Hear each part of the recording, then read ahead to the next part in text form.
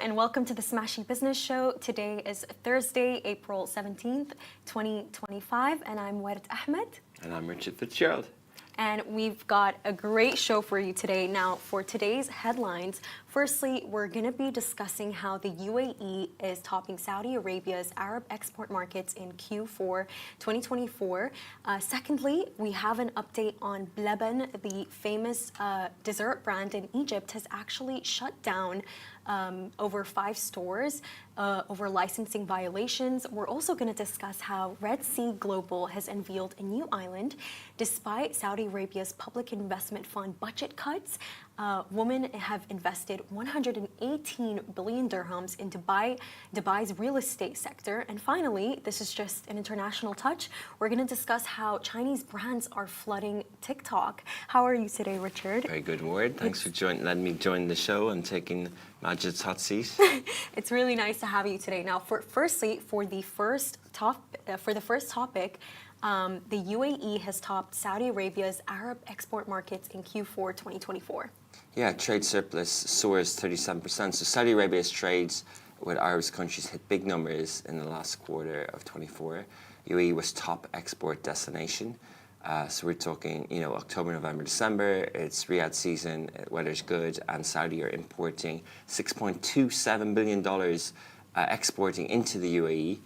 Now, right behind the UAE, Bahrain took in around $2.25 billion, Egypt at $2.24 billion, followed by Oman with $1.18 billion, and Jordan at $800 million. Yeah, if you add it all up, Saudi's trades with Arab countries, including GCC, roughly got $23 billion. Now, this is all good for sort of economies that are trying to get to Saudi's $1 trillion GDP. That's about 70% of the kingdom's total global trade. Significant from the Gulf. It's nice to see these countries, not relying totally on global trade, that they can trade between each other and help each other grow. Yeah, and I think that's a really great point too, because of the fact that we're seeing with Trump's tariffs. I remember me and Majid brought up this point that because of the fact that Saudi has developed such a strong free market, they have their own goods, they have their own brands that are rising and becoming extremely successful. So that might ease what the tariffs might do in 90 days. Now, Saudi's trade surplus with the Arab League nations jumped 37.3% year on year, hitting around $8.18 billion for the quarter. Yeah, exactly. This is all part of the bigger Vision 2030. When the Vision 2030 was announced and when MBS became Crown Prince around 2017, it felt like a long way away, but now we're sort of 5 years away. So there's growing non-oil exports and tightening regional ties, especially with the UAE, firmly holding its spot as Saudi's #1 Arab partner. It's quite cool, right? Like the UAE and Saudi are really sort of aligned leadership and aligned economically as well. And I remember there was a time at the end of last year when me and Majid were discussing FII, and we just noticed how every single person who would visit the UAE would then right after meet with the Crown Prince of Dubai, His Highness Sheikh Hamdan, and I think that's like a sign of how they're really aligned. I would say that it's almost kind of like a kind competition. I don't think it seems. What do you think, Rich? Yeah, I was speaking to a lawyer in Saudi last week, and we were talking about Program HQ and headquarters in Saudi and things like that. And I just sometimes think that the media, us and others, and narratives pick up the obvious thing, or the thing that they like to sort of write about. So when Saudis say that it's better that you have your headquarters in Riyadh for the region, the Saudi lawyer told me it's to take the companies from Dubai to there. Why? Like what if a company doesn't even have presence in the region? Then how are they taken from Dubai? Right? And what if the 30-year tax incentive of no 20% corporate tax to attract a global conglomerate into Riyadh means that company opens an office in Dubai that was never in Dubai in the first place? So we just look at the simple stuff, and I think sometimes it's pay grade. Sometimes people who have a job and a KPI to hit see competition, whether you're in the retail sector, the tourism sector, or the F&B or the hospitality, and you go, oh, now I have more competition, therefore Saudi is the competition. hang on. And I think it needs sort of mature regional alliance and leadership, which we've got, and these metrics show it, that like rising boats, right? You know, the economies are growing overall, and intertrade here is better than intertrade elsewhere. Like you mentioned, free markets, yeah, but what are the import-export tariffs between the UAE and KSA? I'm not sure, but there's always some sort of tariff, right? Like what, you know, are there's indirect tariffs, there's shipping costs, there's portal costs, there's entry fees and things like that. But you know, of these billions of dollars, right? Like you know, how much of that is going direct to business people, or how much is you know, being supported to build shipping and trade and things like that. You know, we saw that you commented yesterday that Saudi are paying off, which is a minimal sum, the world debt, government debt of Syria. $15 million. And then so the narrative there is that, like, okay, so Saudi now is going to have a trade route from Qatar for gas into Europe through Syria, right? So you know, this is speculation, but like, so what's going to pay for that? Is it the semi-state entities? Is it the governments, or is it the private sector? So yeah, general point about competition. I'm not really sort of going to amplify the narrative that it's Dubai versus Riyadh, because it's not, right? Like it's, you know, and if you're the head of a football club, and you know, and someone signs a player in another football club, ultimately the league wins, right? Like you might, as a manager, you might suffer that the other club is doing well, but ultimately the league wins. And I think ultimately the GCC is winning here, and the Gulf is winning here, and the wider Arab, you know. I see what you mean. Yeah. What matters is that we're all winning. Yeah, but I just don't. You know, I don't think competition is what's the word? Is linear. I don't think competition is. I also don't think it's a net sum game in an emerging market. You know, I don't think. You know, obviously, nation states and countries have GDP targets and security and safety and investments to look after the people. But like an emerging market, it really is about you know, the wider sort of region and the wider sort of benefits. You know what it also is, Rich? Lately, for some reason, I've been meeting a lot of Saudis, and I've been speaking to them. I'm like, oh, are you seeing what's going on in Saudi? I think it's because I'm writing about it every single day, and the same sentence that I keep hearing from Saudi Arabian people is that, you know, Saudi's always been great. It's always been doing well. You just didn't know. We just didn't tell you. And I just find that really interesting. It's almost like a sleeping giant that was always there. It's just more of us are actually finding out now. But speaking of giants, right now, one of the largest dessert chain giants in Egypt has actually announced 8 store closures. Now, according to Cairo 24, what basically happened is that 8 Bleben stores closed, and 4 of the other stores, known as Blin, copycats of Bleben, were also asked to close, and it wasn't actually due to poisoning. It was due to license violations, and I think. Apparently, the guy behind it is Dr. Mohammed Amar with a veterinary background, which is interesting in terms of the link with dairy. They started only in 2021. You know, I thought this brand had a lot of heritage, but they expanded super quickly. You know, and they grew across 120 outlets across 9 countries: Morocco, Saudi, Jordan, Qatar, and UAE. I'm not sure exactly how many are in Egypt. Also Kuwait, Morocco, Libya, even recently. Oh, they're opening their first store in Kuwait tomorrow. Okay. I think it's one of the quickest expansions I've ever seen in my life. And the reason, I know you're thinking like, Ward, why are you always chasing after this story? It's because I'm a fan of Bleben. I love Bleben. You know, in Ramadan I ordered it every single day. Every day? Yes, my family was obsessed. It would make my mom so happy. They have a dish, it's called kushari, and it's basically ruz bilaban. It's rice with milk. They top it with kunafa, and then they cover it in whatever topping you want: pistachio, lotus, Nutella, whatever it is. So I think this is why it's so shocking for me. It was doing so well. So I'm. But maybe it's I think you covered Barnes, the coffee chain, yesterday, and you know, franchises that grow fast are going to have media conversations around them. I'm sure there are some countries that McDonald's stores closed in. McDonald's have had series of PR disasters over the last 30, 40 years, you know, in terms of obesity, in terms of product, in terms of supplies, and where they're getting their poultry from, and all sorts of stuff. And I think, you know, I love the statement that Blabin came out with, saying we're not angels. In other words, reading between the lines, maybe they haven't got their paperwork done. And, you know, poisoning is health and safety, and it's scary in Saudi if that's the case.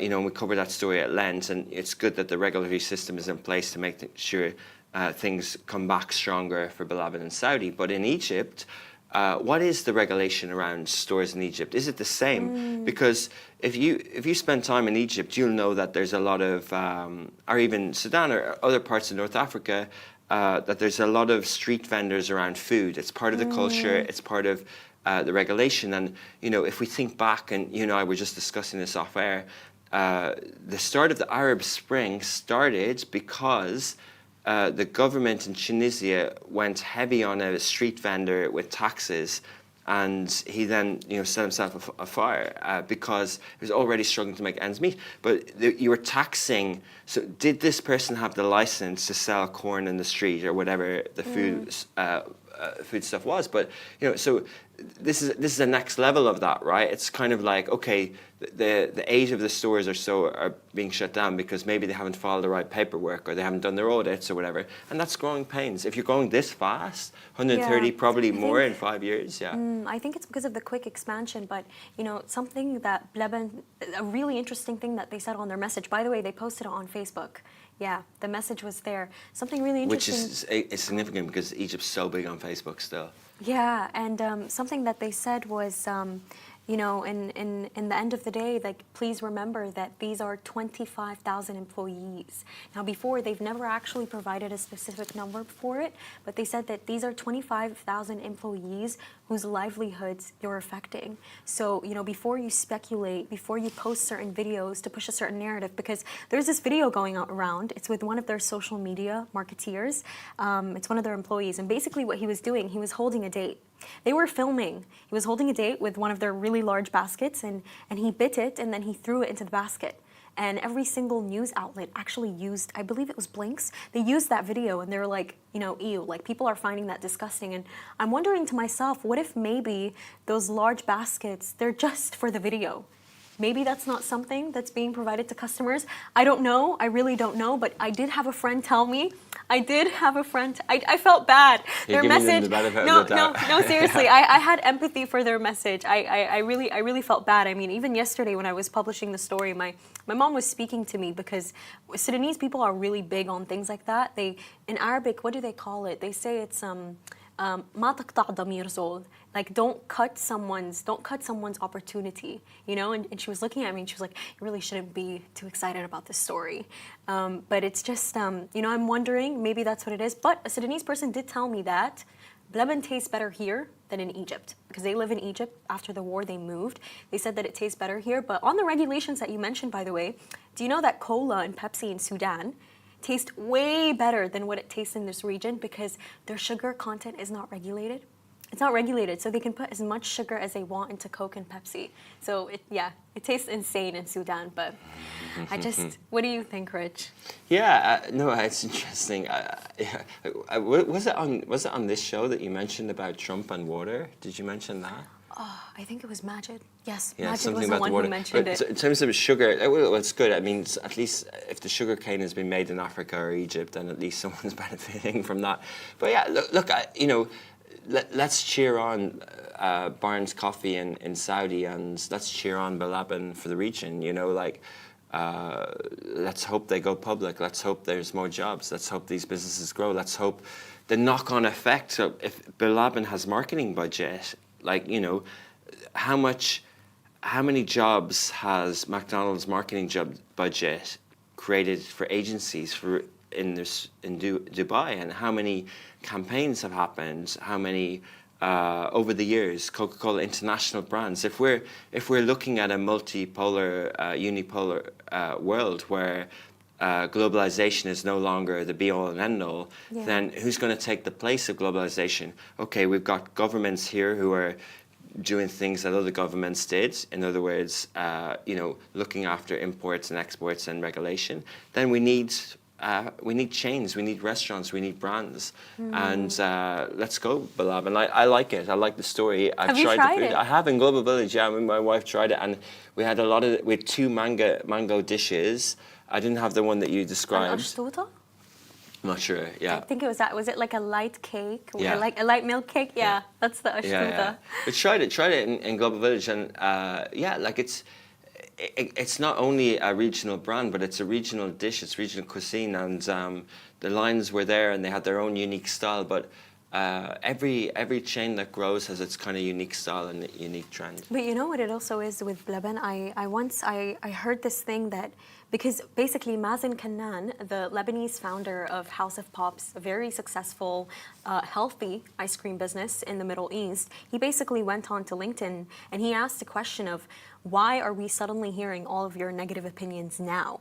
He said that maybe what if the issue here is the fact that you guys weren't honest with this brand from the beginning and gave them your opinions about whether you think the sugar is too much, about the way that things are being done. Why are you giving your opinions now? Do you maybe think that it's a good idea to be honest with businesses from the start so that they can actually be successful? And I think that in the case of Bleben, I really do think too much marketing is bad. It's almost like propaganda. There's so much good in front of your face that if you have a bad opinion, you almost think to yourself, should I give this opinion? Is it just me? And I think that's what happened with the customers that Bleben has. For our next story, we're going to be discussing how Red Sea Global has unveiled a new island. And this is despite the budget cuts that were applied by Saudi Arabia's nearly $1 trillion public investment fund. Yeah, fascinating. So in Saudi, Red Sea Global, obviously Red Sea touches other countries as well, but the Saudi Red Sea Global has officially unveiled how would I pronounce that?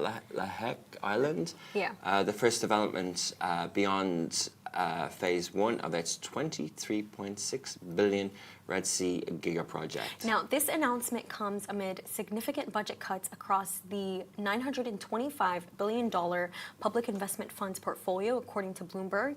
Now, sources report spending reductions of up to 60% across more than 100 PIF-owned companies following a board decision made in December. Now, Red Sea Global and NEOM are reportedly among the hardest hits.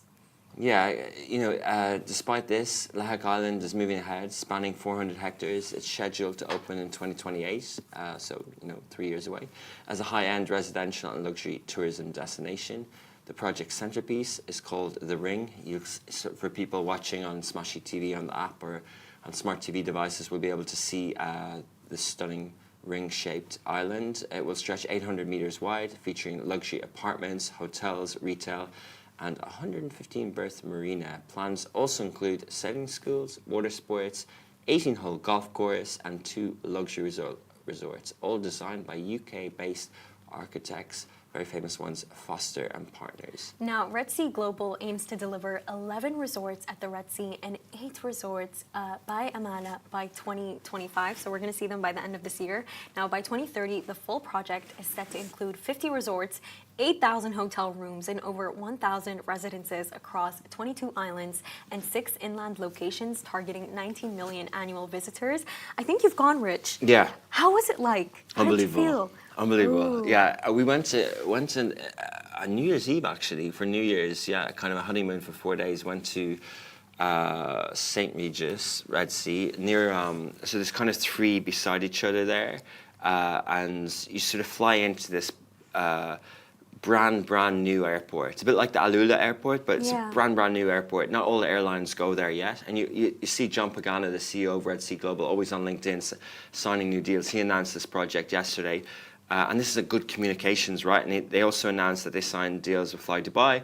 So there's 2 flights a week, right? And the airport's pretty small, but very luxurious, very sort of like a destination hotel, not like an airport, not an international airport. And they had another terminal which is even more high end, I think, for private jets or luxury jets and stuff. So you go in and then the car takes you to the boat. You can either take a seaplane like Maldives, or you can go on a boat.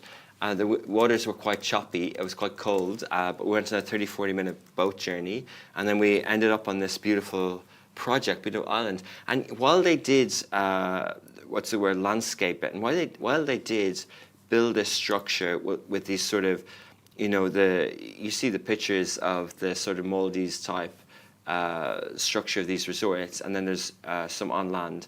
It is really fascinating to see how beautiful the natural landscape there was, and to think that that remained untouched for this Saudi state's 100-year history, to think that it was just there and that they looked after it. And even, John Pagano always writes about, any research around the Red Sea project is how they're actually doing extra measures to not only preserve existing wildlife and coral, but also to allow more to develop naturally or organically and things like that. So yeah, the numbers and the number of resorts are fascinating. I think 23 5-star hotels total. Amala is the other project. Red Sea is one area.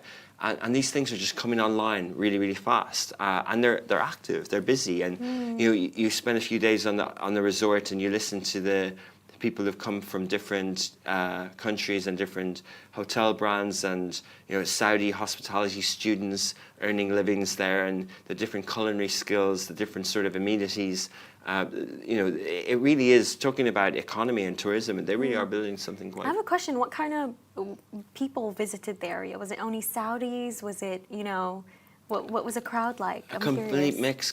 mix. Like some Arab diaspora, some Levant people, some Gulf people, some we heard Saudi prince has an area there, one Saudi prince of many, and then international European young couples with their young children, wider families, with grandparents and kids. So complete mix. And I think it is interesting to see how this stuff develops. Like, you are seeing obviously influencers and media and likewise go there, but I think we sort of, time passes, and I think some of these projects have been online. Alula has been online for about 5, 6, 7 years, and some of these projects develop, and you'd be surprised how many people are going here. Like, tourism is on the rise.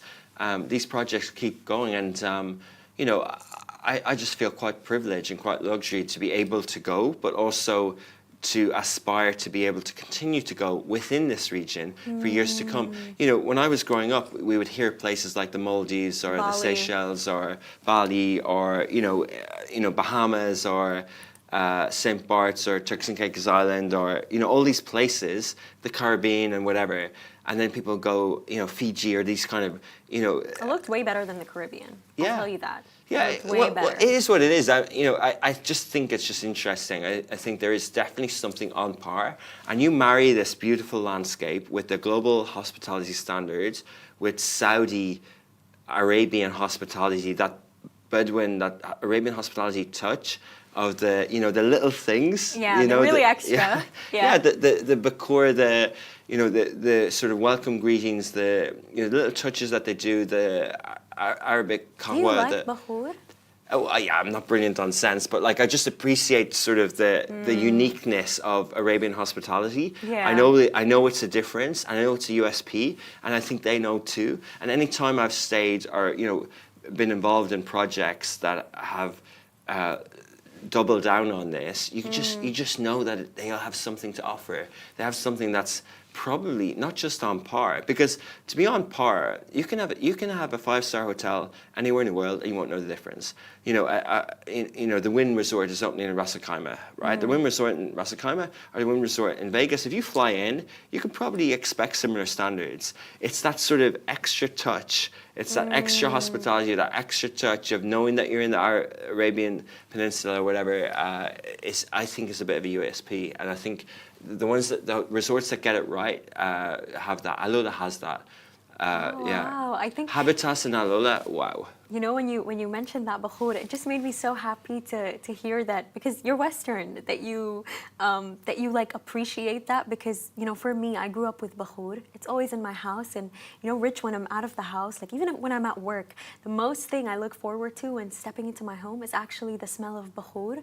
It like engulfs you. It's almost like clean. It's something different. So the fact that they're incorporating that, best believe it will be on one of my lists one day. But for our next topic, can we just talk a little bit more about Saudi? Sorry, yeah, sorry, before go we on. finish. I know it's a good topic to move on to a fourth story, but our fifth story. But I spoke to someone yesterday, and we were talking about Saudi giga projects, and the way it was presented to me, it was like, I don't know what you've heard, right? As in, like, oh, there's gossip around this stuff, whisper, whisper, you know, it's negative or whatever. Same. And then the person continued with 2 or 3 pretty poignant negative things around these projects.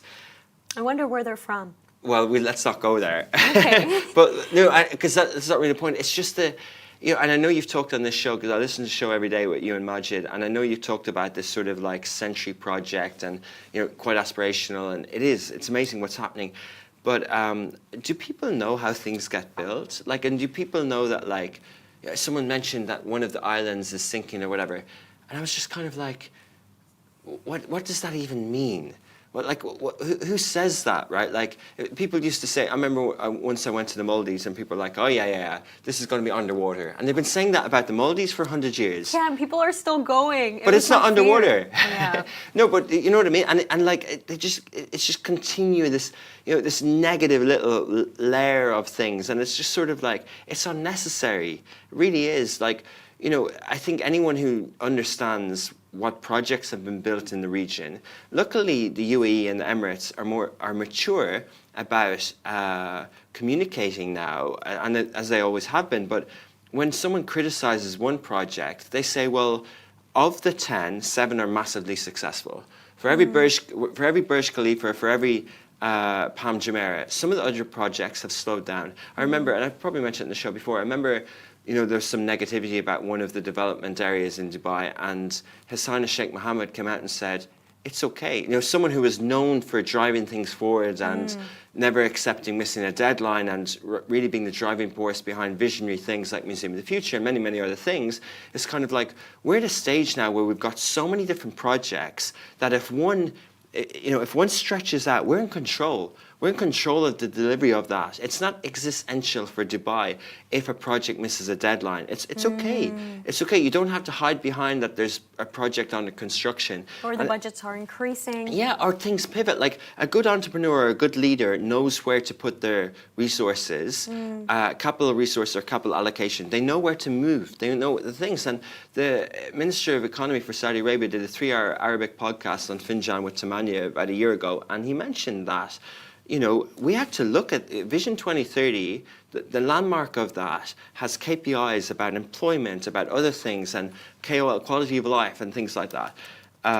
It doesn't have necessarily KPIs around one particular giga project. You know, when Giza and when NEOM and when those giga projects were announced, there was no real announcement of Daria. Daria was a development, now it's a giga project. Or New Murabba was a development, now it's a giga project. Because if you look at the hotel keys that are being built in Daria, unbelievable. Like, you know, whenever I go there, I'm just kind of like, do people know that there's another city here? Like, do people really realize how beautiful even the initial food area is on the entrance? That's like 1% of what's going to happen. And then people say, oh, they'll never finish these hotels. Just like they said that Qatar will never have enough keys to hotel rooms to fit the World Cup, or, you know, and then they do, and then it's successful, and then people forget that they were so negative, you know? But anyway, so all these projects, people are like, the NEOM will finish. MBS is younger than me. You're like, NEOM will finish. It's just, you know, there's just stories to how it happens, right? And it will be future. It will be something that we don't understand in terms of livability, in terms of economics, in terms of life. It will be completely different, and it'll probably, when it lands, Ward, when it's full of people in whatever period, people will be like, well, this is obvious. Obviously, someone was going to do this because the world has changed. There's climate, there's Yeah, remote work. they'll undermine them. Yeah, They'll no, but undermine them but they'd be again. like, yeah, clearly we need this. But when it was thought of at the start, the requirement of cities now is different to what the requirement of cities will be in the future. And Dubai is always evolving into the future. And the Qiddiya, I remember going to Qiddiya, the Six Flags project, outside Riyadh on a bus, like probably 6 years ago or 7 years ago, and that the 3D model that we were shown as a tour back then has changed, I think, 3 times. It's changed a lot, and it's completely different. But going back to the minister, and I think I mentioned it on the show before, he said, okay, well, we won Expo 2030 in Riyadh. We won FIFA World Cup in Saudi in 2034. 8 of the 11 stadiums for FIFA 2034 are going to be built in Riyadh, are going to be hosted in Riyadh. And we have the Sports Boulevard. So, well, obviously, with that time frame, obviously the dial periods of NEOM stretches and the focus to deliver Riyadh speeds up. And then you go, actually, well, that's kind of smart because Riyadh is the capital, 8 to 10 million people, Tadawul, everything listed. Riyadh's the home of the current king and the crown prince. And then you've got Giga Project New Murabba, you've got the Sports Boulevard, you've got, New Murabba is northwest, Darija is west, and Qiddiya is south, sort of west. So you've got 3 extra Giga projects around Riyadh, which is already a quite, sprawling city, a kind of flat, sprawling city. And it's even going to get bigger. You've got diplomatic quarter, you've got other mountainous areas. So, to think of Saudi and how to navigate Saudi as an investor and entrepreneur, really you should be thinking about Riyadh. Yeah, there are loads of there are 13 regions, it's huge, and Alula's amazing, and Red Sea's unbelievable as a tourist thing, and Trojena and all this stuff happening in Neom, and then Sharqiya and the southern part where the copies are, and Giza, and then obviously Mecca, Medina, the holy cities, and then you've got the Red Sea coast. You've got all these areas, but the economic driving force in the next 10 years is really, really Riyadh. You said something, Richard, that caught my attention. You were talking about the Dubai ruler, His Highness Sheikh Mohammed, and I think this isn't something that's spotlighted often, but with Burj Khalifa, the story goes is that, yes, Mohammed Al-Abbar, he's great. He's done great with Amar. He's the founder of Amar, although they reported a loss of profits recently. But the point is that it was Sheikh Mohammed who went to him and said, hey, build me the tallest building in the UAE. And he was the one who gave him that funding.